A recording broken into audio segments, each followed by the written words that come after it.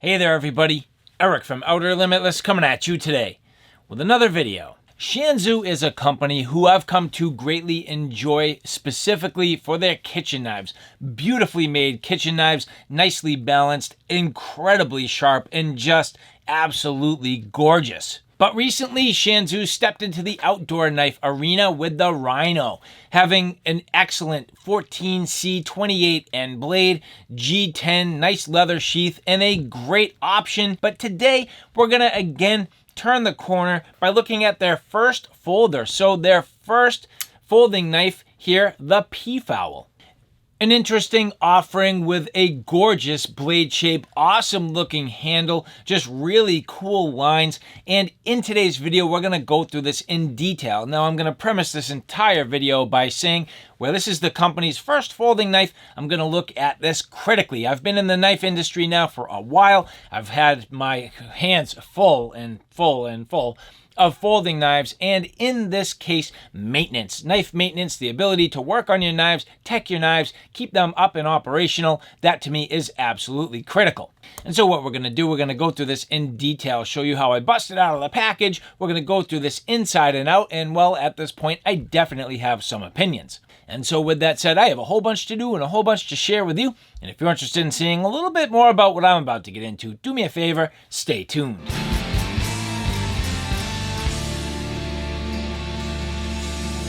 Now, before we get too far, I would like to say thank you very much to the people at Shan Zu who did provide this for review.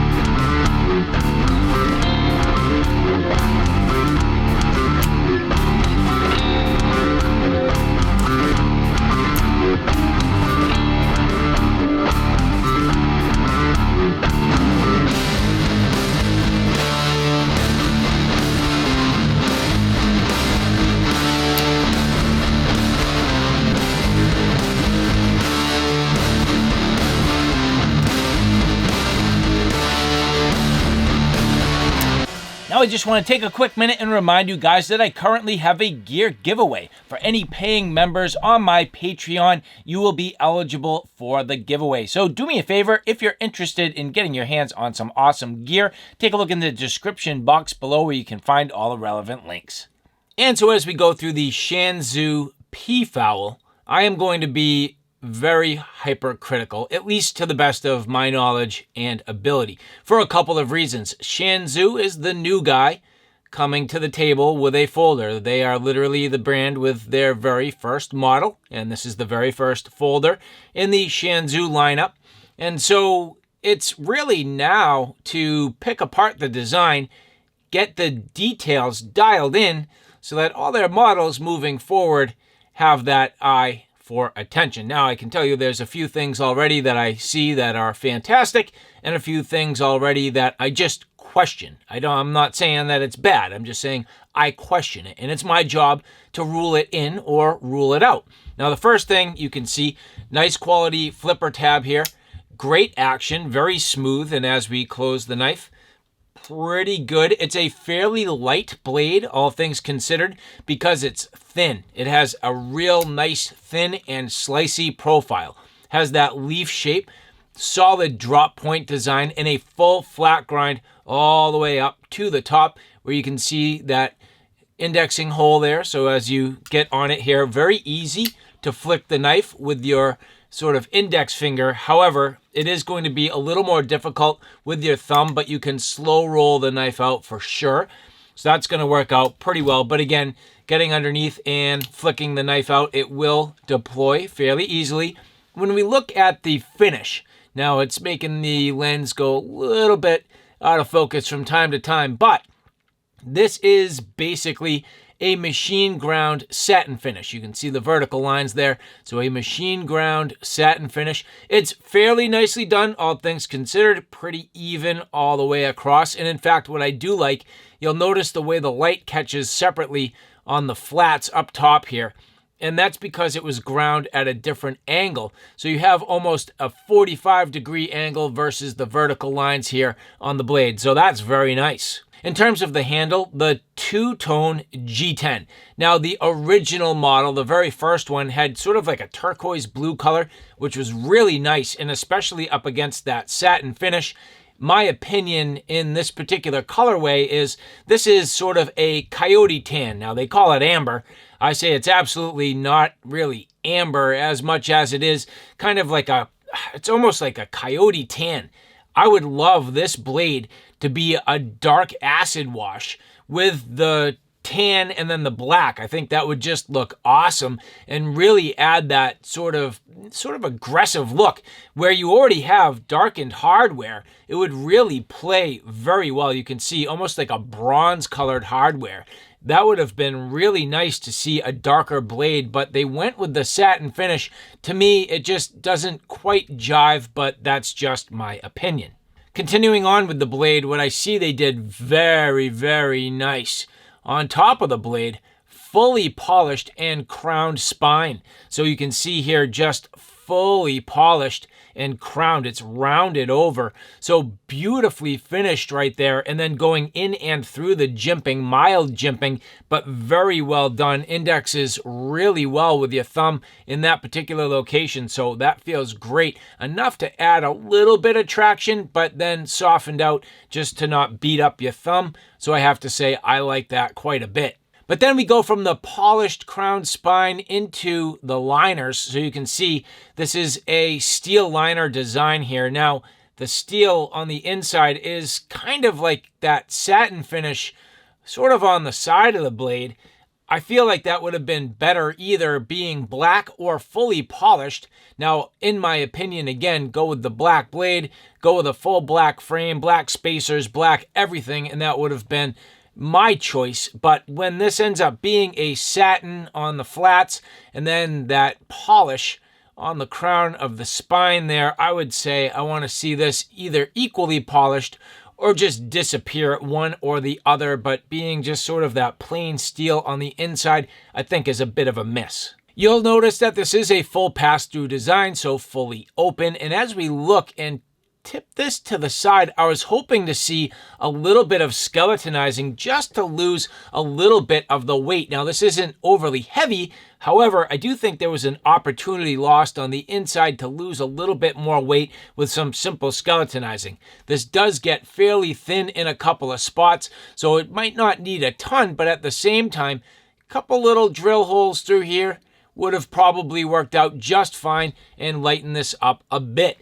But not a big deal. What the sort of catch to me is, well, you know, I think the general consumer at this point in the folding knife genre, they're going to be looking for a lock other than a liner lock. Now, liner locks are sort of tried and true and something that's kind of a staple, but, you know, these days where there's lots of other locking mechanisms and especially a good quality crossbar lock, I think you just lose a little bit to having that steel liner and the liner lock, and then at that it keeps the knife basically right hand only. So you'll notice this is a right hand tip up design clip, fairly nice deep ride pocket clip. But another place where I think it's a miss, they went with button screws. This day and age, the market, I would think, is going to scream for flush countersunk screws, and having those button screws, again, a little bit of a miss and a step backwards in terms of what we're coming to expect from knife companies. Furthermore, I'm going to have to check this, but I'm going to say we got a T8 here on the pivot screw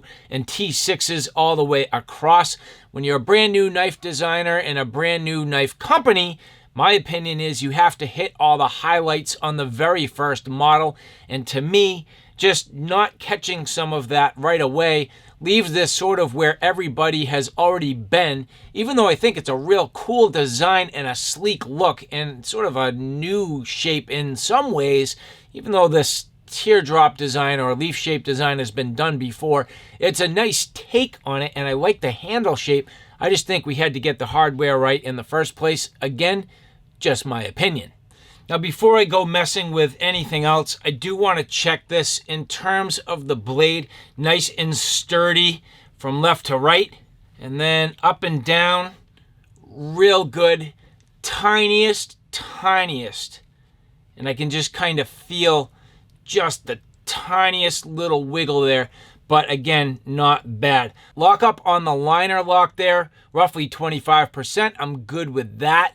And then in terms of centering on the blade, spot on, perfect. So that's good. Action, solid. It's going to be, I'd say, reasonably fidgety. Kind of failed there. That was my fault.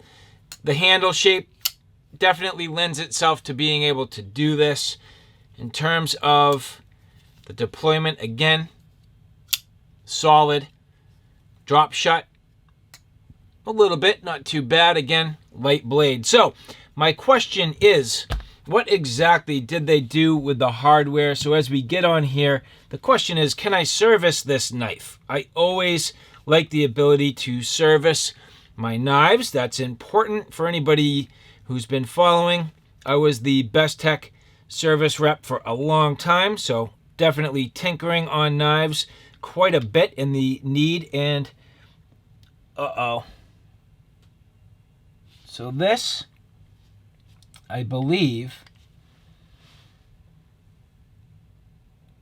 if I'm careful, I can probably get out, but I think it might already be somewhat stripped. And the problem is oftentimes with these barrel spacers, it makes it very difficult to get the knife apart. So I'm going to try here to the best of my ability. But I feel like this screw, it's hard to say.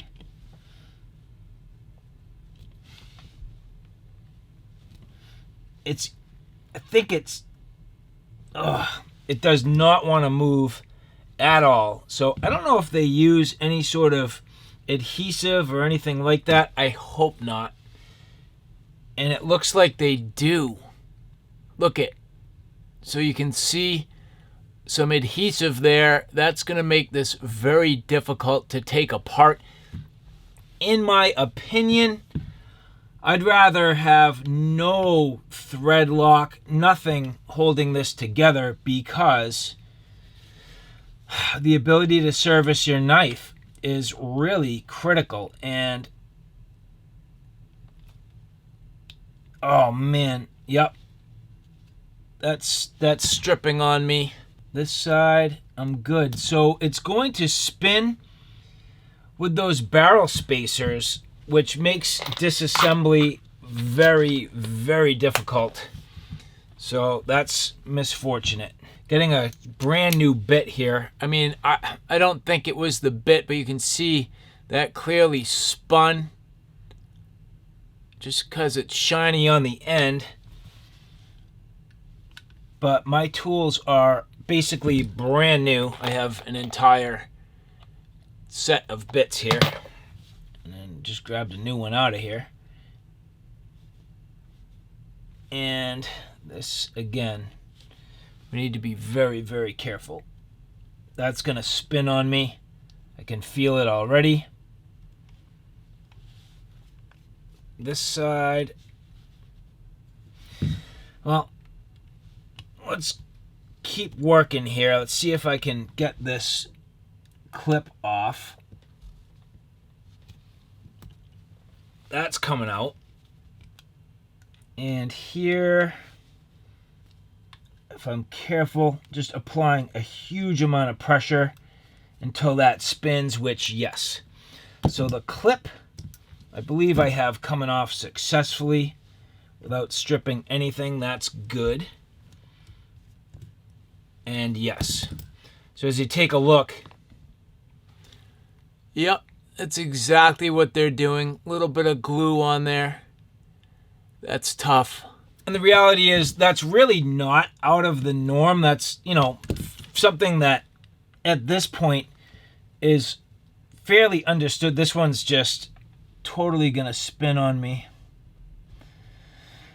I don't think this is gonna come out. I'm gonna have to get like pliers on that barrel spacer in order to even get this to move. And even at that, I think I'm gonna strip this potentially prior to my ability to even getting it to come out. So that's tough.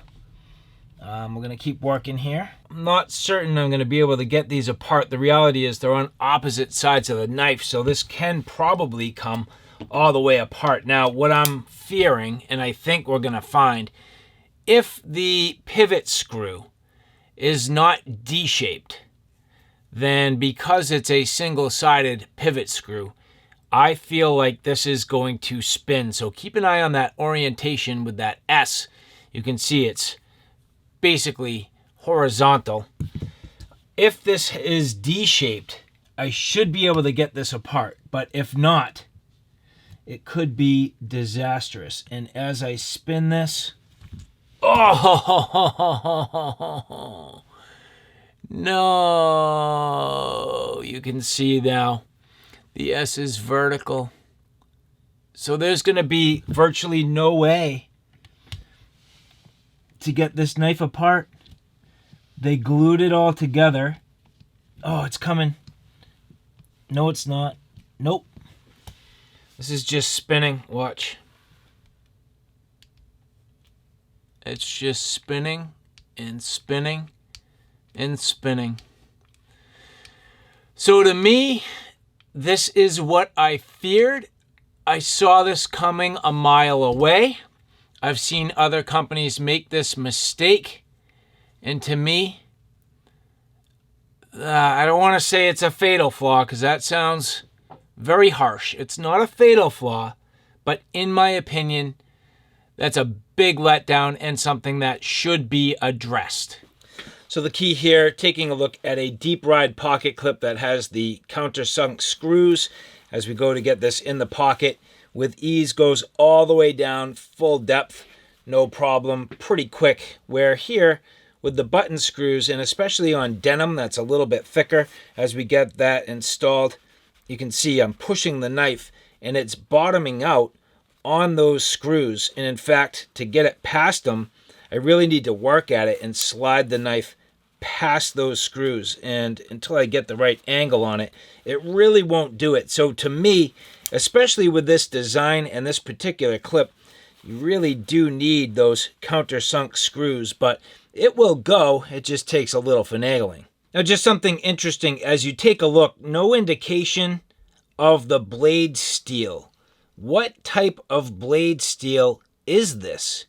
Well, from what research I've done, it seems like it is ZDF 905, which is a powdered steel typically used in kitchen cutlery. So a stainless steel, very stainless in terms of its properties, and maybe that's why, not having a, call it acid wash blade would really work, but you could certainly do a coated blade in my opinion. But the ZDF 905, I am not familiar with it, and I can't really speak to the overall capabilities. However, I'm hoping that it's going to have decent edge retention, or at least be easily resharpened. And then in terms of its stainless capabilities, that should be just fine. So, very interesting choice of steel here on the Peafowl. Testing the sharpness right out of the box. Very, very sharp. That's nice. I would expect to have a nice refined edge, especially from a kitchen cutlery company. So that edge is very, very slicey. Absolutely awesome. From the tip all the way to the back edge, everything nice and sharp here. One more time. There you go. So nice refined edge. And so, all right, guys, there you have it. A look at the Peafowl. Again, Very beautiful, elegant lines. I really do like the shape. I like the way it fits in my hand. Has an awesome handle shape. Indexes extremely well. All things considered, craftsmanship-wise, very good. Good fit and finish. And even though that blade is just a little bit light, has pretty good action overall. Now, you saw that I definitely struggled with my ability to get this apart. I wanted to look at the bearings. I wanted to look at the sort of internal machining to see how this looks when you get behind the scales. How does the cutouts in the scales look, and how detailed are they? When they think you're not looking, those are the places you want to see exactly what they're doing. So underneath the scales, it would have been nice to see.